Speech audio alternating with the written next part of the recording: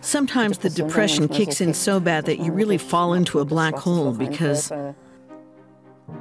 things are just very expensive. After all, I can't just kill myself. I always think that. If it weren't for my daughter. I realized I was rich when I was maybe 8 years old, and we were building our summer house and pool in Greece at the time. You work so much and you get up so early all of the time. And then, of course, the question arises, what am I doing all of this for? I now only go to work to pay for what actually used to be a matter of course. Well, if you're unhappy with what's left over, then you just have to earn more. I've been living here for 10 years now, and what can I afford? Nothing, not even a vacation. So, if I have time, then there's no money, and when I have money, then there's no time. That really is the problem in Germany. An increasing number of people in Germany are falling into poverty. And the middle class is shrinking, while a few Germans are getting richer and richer by the day. We wondered, what has happened to the country that was known for decades for its promise of prosperity for everyone?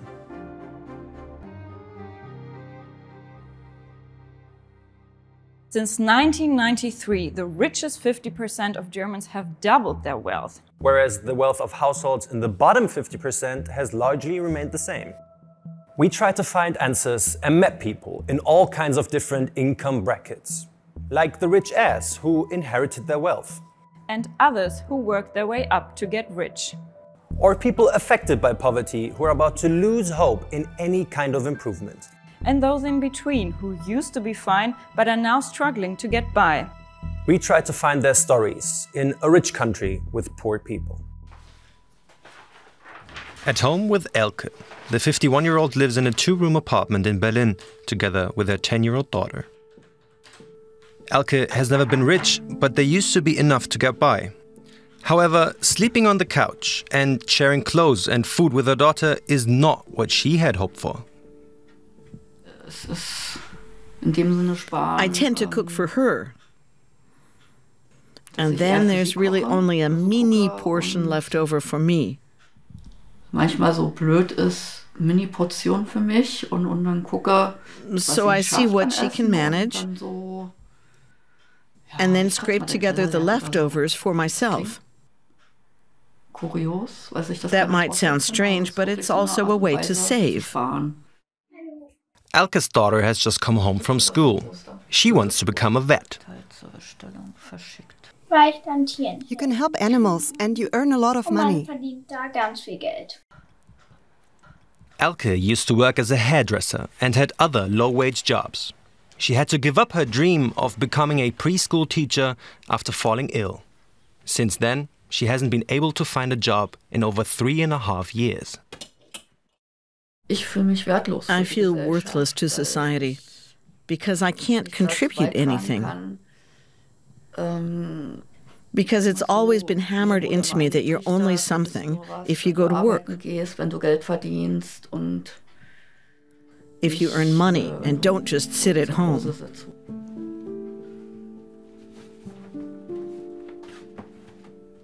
It's not that I'm sitting on my hands. I'm already trying to get out of this misery. But I no longer have the strength to really stand up to the unemployment office. Yes, I'm physically challenged in certain ways, but I want to work, even if it's just 3 hours a day, because I'd like to be around people. But at the moment, there is simply no way in. 28-year-old Boris won't be needing the unemployment office anytime soon. The Nigerian-born businessman has made a fortune from online marketing. Even if he hasn't reached his goal of being a millionaire by the age of 25, his standard of living is impressive.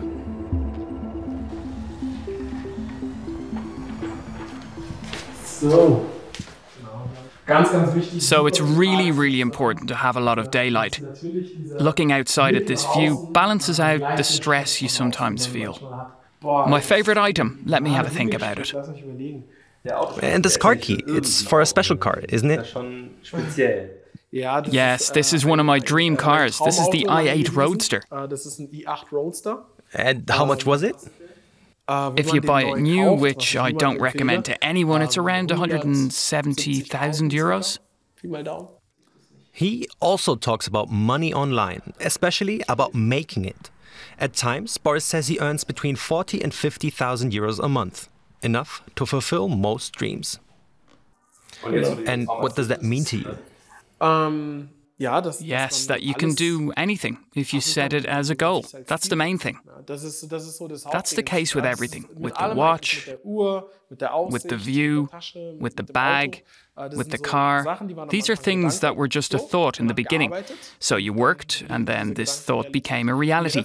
And the more often you repeat it, the more self-confident you become, and the easier it gets with time. That means that even if I sometimes have the feeling that I don't really need anything else, there will come a point when I'll say, no, I have to keep proving myself and show what I can achieve. Despite not growing up rich, Boris has done well for himself. For him, it's about having a vision and going for it against all odds. If you don't do that, says Boris, it's your own fault.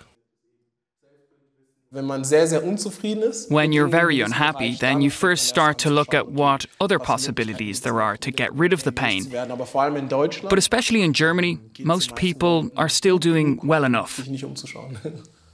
Germany is a very wealthy country, the fourth largest economy in the world. So how can such a rich country have poor people like Elke in its midst? And what does poverty actually look like in Germany? Elke, for example, takes home a gross pay of 1,360 euros a month. After fixed expenses, she's left with 376 euros per month to pay for food, education and any additional expenses for herself and her daughter. And while that might sound like a lot of money to many, in Germany it does not go very far. For me, being poor means I don't socialize. I'm really trapped in a bubble right now. And breaking out of this will probably be very difficult. Poverty for me. Given I live in a country where basic needs are met, poverty is more of a mindset. So is this the same old tune about how anyone can make it as long as you only try hard enough? When you're poor in a country like Germany, there is indeed a safety net, and basic needs are covered for the most part. That's why we talk about relative poverty here. Researchers say in the EU a person is considered to be at risk of poverty or poor if they earn less than 60% of the median income in their respective country. The median is exactly halfway between the highest earner and the lowest earner. Currently, there are 13.8 million people in Germany affected by poverty. That's almost 1 in 6. These are nerve-wracking days for Elke. The single mother from Berlin will soon give her first major speech at a demonstration. She will speak openly about her life in poverty in front of hundreds of people.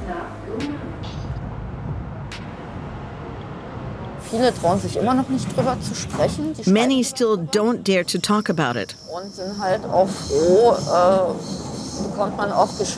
That's why I'm now speaking up for those who just wouldn't dare. Speaking up for thousands. Users from all over Germany have been outing themselves as poor on Twitter under the hashtag Ich bin armutsbetroffen, which translates to I'm affected by poverty. Don't have 10 euros, funds aren't there yet. What will we eat today? How am I supposed to make it through the next few months? It's colleague XY's birthday. We're all pitching in 5 euros for a present.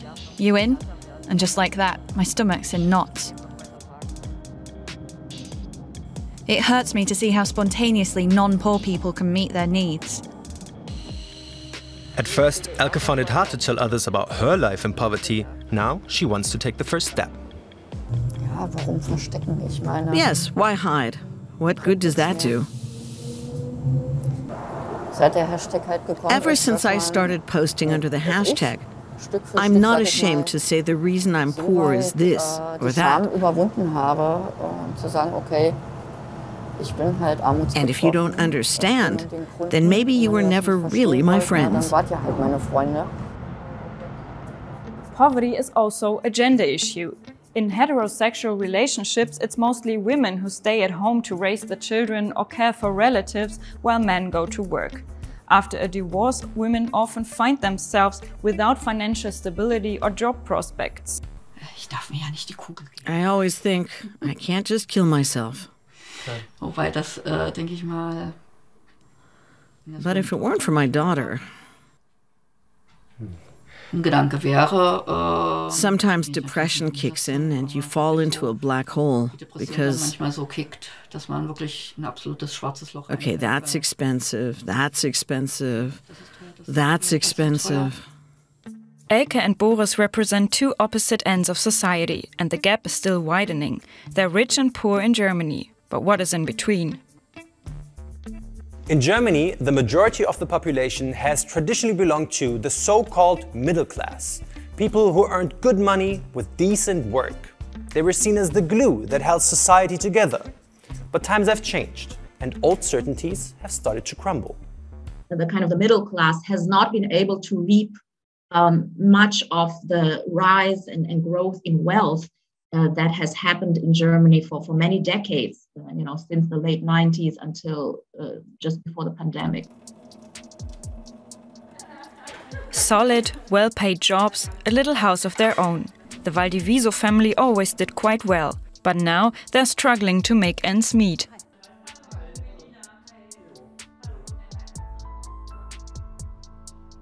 The whole package has become more expensive. The money is simply missing. You can really feel that.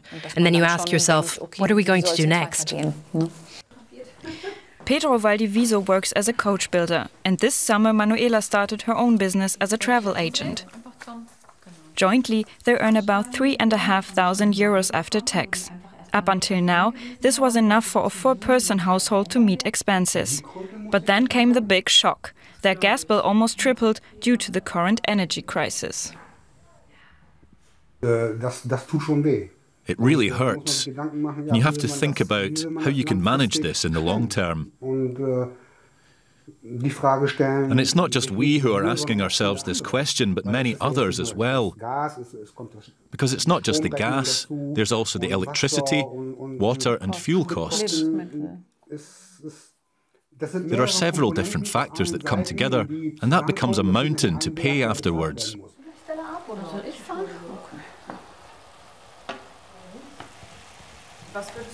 How does that affect your finances? When you buy groceries, you have to pay attention to what you buy, buying items on sale and saving on certain things that you can do without. In other words, you don't always cook what you feel like eating that day. You really look for products that are on sale.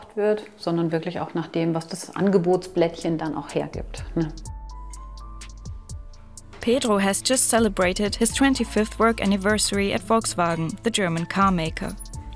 But hard work doesn't get him as far as it used to. You live only to work. You're programmed like a computer. You get up at 4 in the morning, leave the house at 5, you're at work at 5:30. You work until 1 or 2 p.m, depending on the work. You go home, you do your thing at home. The next day it's the same thing again and again. Every day is the same. Right now it's like that. You're just working to make ends meet, with no prospects. They are certain that something is about to shift in Germany, in the country that has always been known internationally for its promise of prosperity.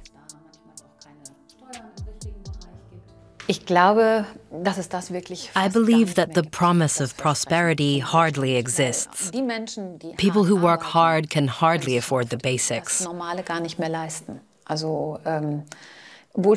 I don't consider prosperity to be paying your gas bill or buying groceries. Prosperity is when you can do something nice with your children, go on holiday. The things that make you happy. And I think that's disappearing fast. Let's take a closer look.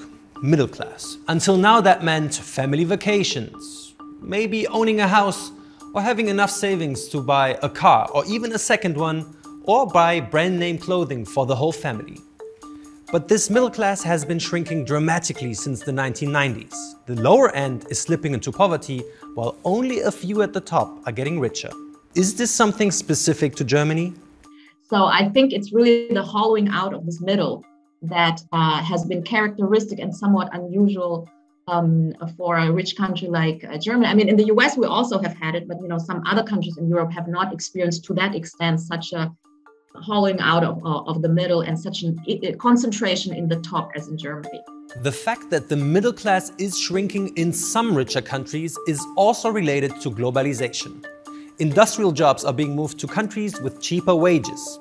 People like Pedro Valdivieso, well-educated, skilled workers of the middle class are feeling the effects. But then at the same time, policies have not been able, could have, but have not done much to kind of prevent this shrinking of the middle class from actually happening. So what should politicians actually do? But before we get to this point, let's have a closer look at the impact this has on people.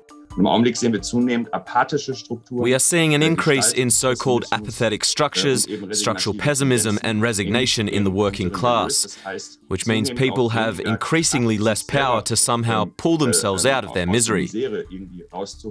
And at the same time, it's not a misperception of the working class, because this economic trickle-down effect, where if everyone is doing better, the crumbs will fall to you too, this has not been measurable for some time now. However, outside of Germany, many people still believe that anyone can make it here.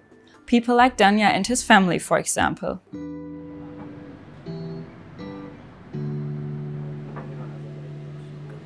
When Danya's family fled the war in Syria, their main aim was safety. Their search for a better life took them to a small town in East Germany. What do people in Syria think about Germany? They think you can find money on the streets without working.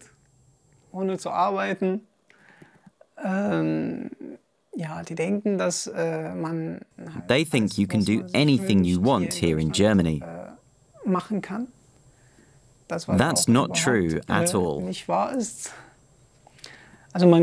You have a lot of opportunities, but you need a lot of patience and must put in the effort. Danya quickly learned that a bright future is closely tied to a good education, but getting there wasn't easy. Being the only Arab in his school, he says his teacher refused to help. Ja, dann war ich mal bei meiner Physiklehrerin gewesen und habe sie gebeten. Unfortunately, she didn't agree to supervise my exams. She first told me she was too busy with 3 or 4 other students. But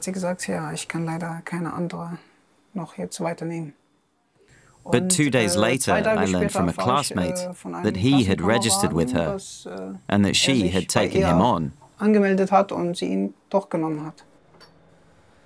He says that was only one of many racist incidents. Finally, the pressure overwhelmed him. As a result, I dropped out. I had psychological problems because everyone was happy that I was the first in the family to go straight on to higher education and so on. They were so happy, and after that, when I heard these things, I'd had enough. I couldn't go on.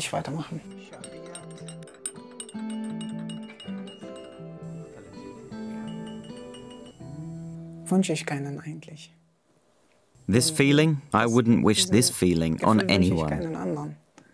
Really.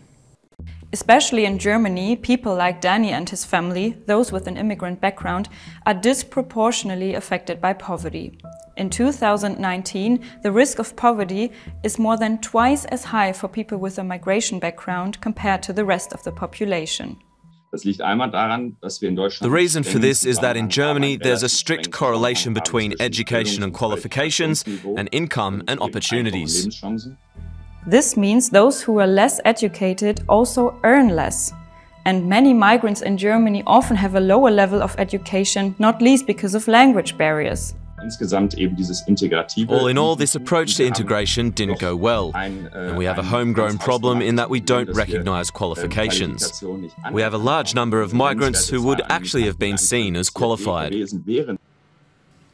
Despite struggling themselves, Dania's grandmother has decided to cook up a big meal for everyone. When the family came to Germany, Dania's mother, Amrin, wanted to work as a hairdresser. But finding someone to train her proved to be especially difficult.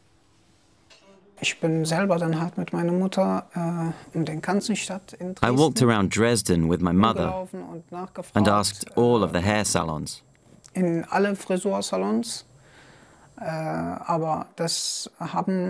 No one would accept her because, unfortunately, she wears a headscarf.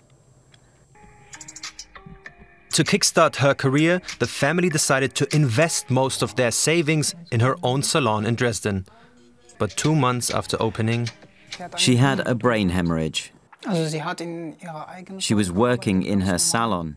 It was a normal day. Her customers were there, and then all of a sudden, bang, done. As the oldest child, Dania had to take care of his younger brothers and even organize the funeral. The burial was expensive, and his family is at odds with the social welfare office over help towards the cost. I submitted an application there. My mother died in August last year. And the costs? We had to pay for it ourselves. So all in all, it came to 7,000 euros. The funeral costs plus the money the family spent on the hair salon came to over 27,000 euros. To cover this, Danny would have had to chip into his meager apprentice salary for years. He even considered dropping out of a promising job to find easier, faster paying work.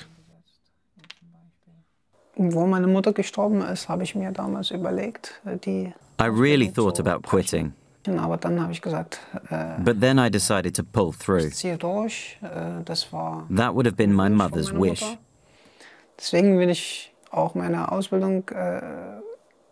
That I complete this training.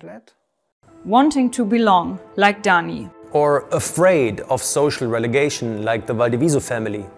Many people in Germany are under immense financial pressure, especially now that multiple crises have come to a head. After much anticipation, the big day has come for Elke. Today, she will join other campaigners from I Am Affected by Poverty at a protest in front of the Chancellery in Berlin.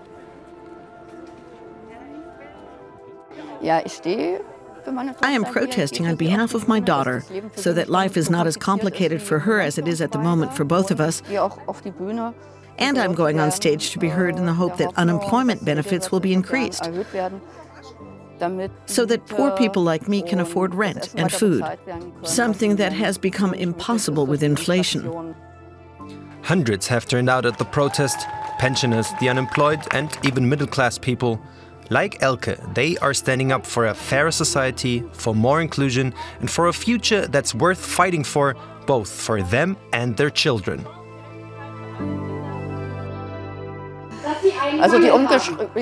I am so nervous. I didn't really get to practice my speech, so I don't know what will happen.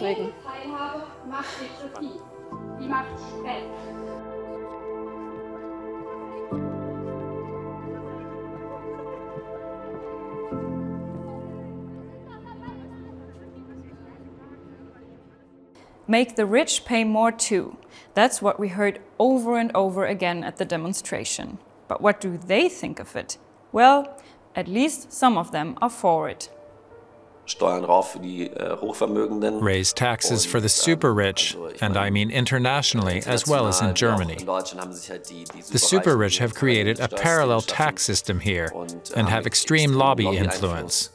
And we just have to take a look at how we can create a fairer tax system as a society.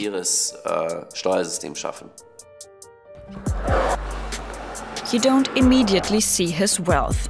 Anton is Schwarz, 34 years old, farmer heir. His family left him several million, making him part of the richest 1% in Germany. I realized I was rich when I was maybe 8 years old. And we were building our summer house and pool in Greece at the time. When you inherit money, I think you are somehow doubly responsible. One, because you haven't done anything for the money. You only got this money because of your birth. So I think the moral imperative is quite strong. And then, of course, on top of that, we simply have an enormous challenge as a society. Environmental issues like climate change, biodiversity, crisis, all kinds of things that are brewing. He invests in funds, sets up foundations, and in the past, he's donated a huge amount of money to Germany's political party, the Greens. Antonis is making himself unpopular with other wealthy individuals. Alongside a few other rich people, he supports the Tax Me Now initiative. Their goal is to tax people like himself more heavily, because Antonis believes that society can't survive without this. The more wealth you have, the more taxes you should pay, so percentage-wise, of course. And the reality is different. The greater the wealth, the less taxes you pay. And this has certain effects. In fact, wealth is more unfairly distributed in Germany than it is in most other industrialized countries. Here, the richest 10% households account for around 56% of the total net wealth. In Belgium and Finland, it's 47%. On top of Europe's list is Slovakia with only 40%. Here, wealth is distributed most evenly. In Germany, 2 families are richer than the poorer half of the population altogether. This inequality is exactly what many people at the demonstration were concerned about. A few deep breaths. Years of shame and fear have led Elke to this point. What started with a few tweets has seen the group go to the German Chancellery. I'm standing up for myself so that one day my daughter can say, "My mother raised her voice to show that we people affected by poverty can and must raise our voices." Are you also afraid that you can't pay your energy bills? Or do you know the feeling of not having any money left for fresh fruit or vegetables? I don't understand why money is distributed so unfairly. I don't understand why my daughter doesn't get the same opportunities today and later in life as wealthy children do from the moment they're born. The federal government needs to stop abandoning us poverty-stricken people. Poor people must travel a rocky road, but we are used to it. We're ignored, underestimated, and ridiculed. But we must keep going, now more than ever.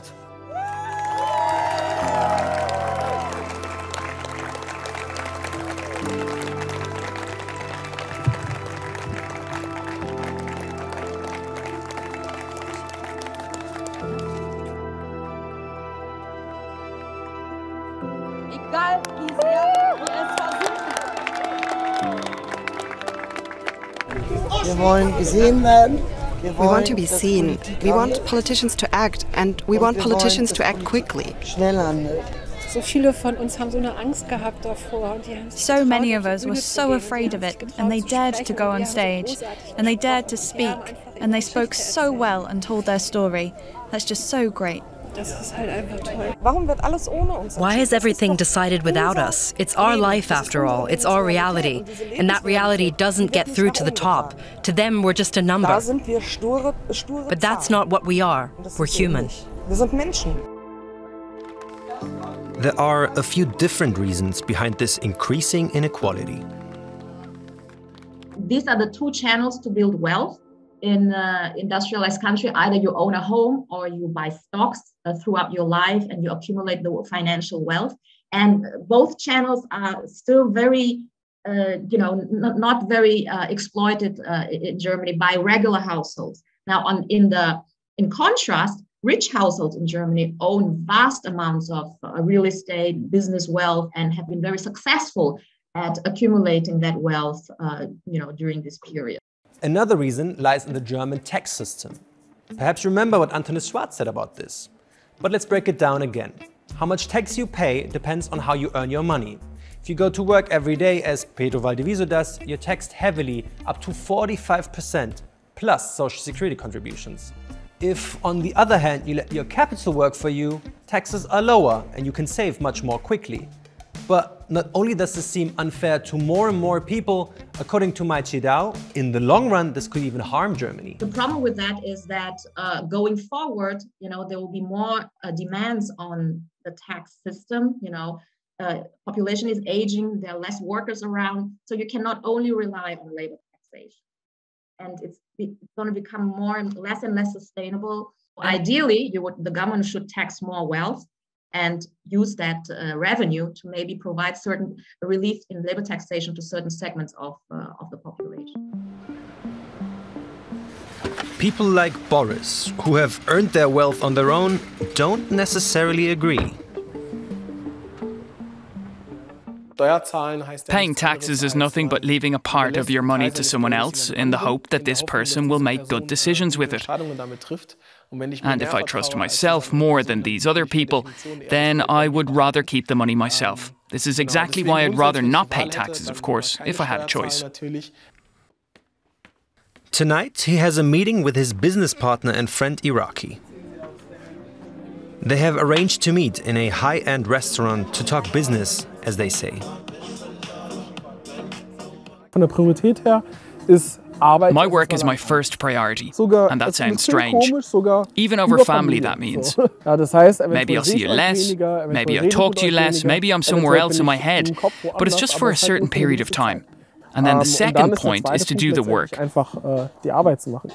That's just get up every day, no matter what you did the day before, and give it your all. Boris not only puts a lot of time into his work as a self-employed marketer, for his current success, he also had to invest several thousand euros in further training, he says. We're simply betting on ourselves in that sense, and others are not. We're taking a risk that others are not willing to take. Therefore, our payout is possibly also bigger. High risk, high reward, as Boris likes to call it. For him, this motto has worked out. Having spoken to lots of different people, we're starting to wonder, what will all this pent-up frustration eventually lead to? If left unchecked, this widening of inequalities will only get worse.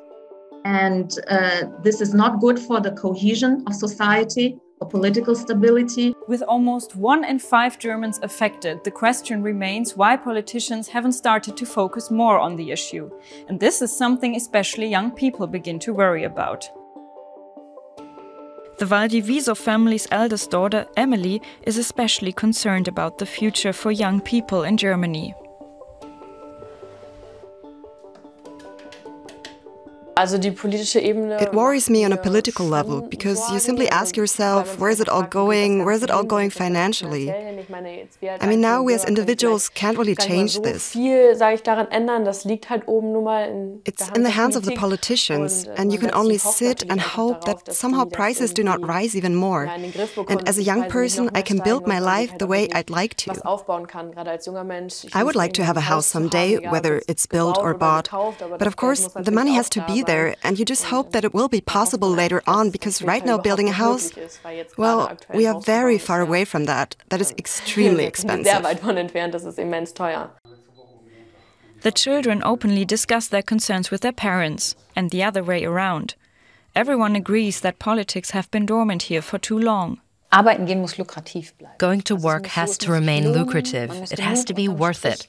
You have to be able to have a good life. I just think that people in this country want a signal from politicians to say, we understand you, we know what affects you, what your problems are. Almost all the people we spoke to thought that it's up to the politicians to solve this. The problems are so big that individuals alone cannot fix them. And the poorer they were, the less faith they had that politicians would do anything to improve their situation. But what does this mean for democracy? If you don't believe that you can somehow improve things yourself, that poses a great danger to a democracy which is practically dependent on participation. And of course, it also affects the extent to which people themselves are actively involved. That's also central to a liberal democracy. We really have a window of opportunity right now that's closing more and more. Germany is at a crossroads. People are speaking up for this country to keep its promise. They are pushing for a decent life for everyone and not for an even richer country with even poorer people. I'm already afraid of what the future holds. It would break not only my heart, but also that of my wife's. If one day we had to say because of the situation, no, you can no longer have all of this here, and you'll have to sell it at some point, sooner or later. Just because you are where you are now, whether it's good or bad, doesn't mean you have to stay there. In fact, if you choose to, you can do anything you want and achieve whatever you want. My wish for myself and the whole family is that we stay healthy, that we achieve our goals, that my brothers don't have the same problems as I do. So I don't want to feel guilty for not having done everything possible to change things somehow, in a positive sense. For my daughter, I wish that she someday becomes so self-confident that she understands why I took to the streets. Because now she can't quite grasp that. I want her to understand the difference between rich and poor.